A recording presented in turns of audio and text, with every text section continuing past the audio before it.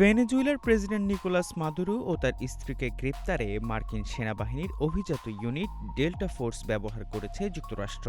তারপর থেকেই সাধারণ মানুষের কৌতূহলের শীর্ষে উঠে এসেছে ডেল্টা ফোর্স কারা, কিভাবে কাজ করে এবং ডেল্টা ফোর্সের অভিযানের কৌশল কী।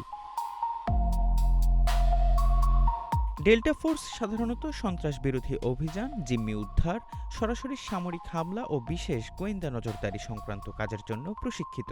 চড়া মূল্যের লক্ষ্য পূরণে ডেল্টা ফোর্সকে ব্যবহার করা হয়। এছাড়াও বিশেষ অভিযান পরিচালনার জন্য মার্কিন সেনাবাহিনীর একাধিক বিশেষায়িত ইউনিট রয়েছে।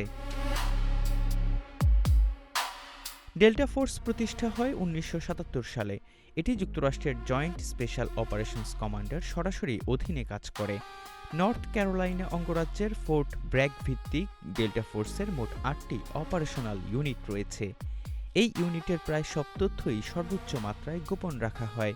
মার্কিন প্রেসিডেন্ট ও প্রতিরক্ষা মন্ত্রীর সরাসরি নির্দেশে এই ইউনিটকে সবচেয়ে জটিল, গোপন ও ঝুঁকিপূর্ণ অভিযানে পাঠানো হয়।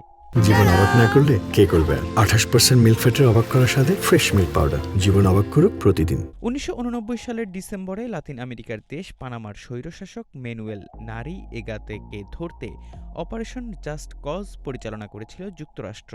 এতেও অংশ নিয়েছিল ডেল্টা ফোর্স। গত শুক্রবার দিবাগত রাতে মাদুরোকে তুলে নিয়ে যাওয়ার আগে যুক্তরাষ্ট্রের একাধিক কর্মকর্তা অপারেশন জাস্ট কজের প্রসঙ্গ টেনেছেন। ১৯৯৩ সালে সোমালিয়ার উদ্ধার অভিযান ডেল্টা ফোর্সের অভিযানগুলোর মধ্যে অন্যতম। ওই বছর সোমালিয়ার রাজধানী মেগাদিসুর লড়াইয়ে যুক্তরাষ্ট্রের একটি উড়োজাহাজ গুলি করে ভূপাতিত করা হয়। কয়েকজন মার্কিন সেনা তাতে আটকা পড়েন। তাদের উদ্ধারে পরিচালিত অভিযানে ডেল্টা ফোর্স অংশ নিয়েছিল।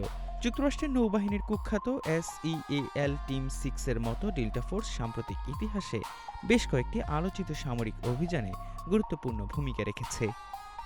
এহসান আব্দুল্লাহ, নাগরিক প্রতিদিন।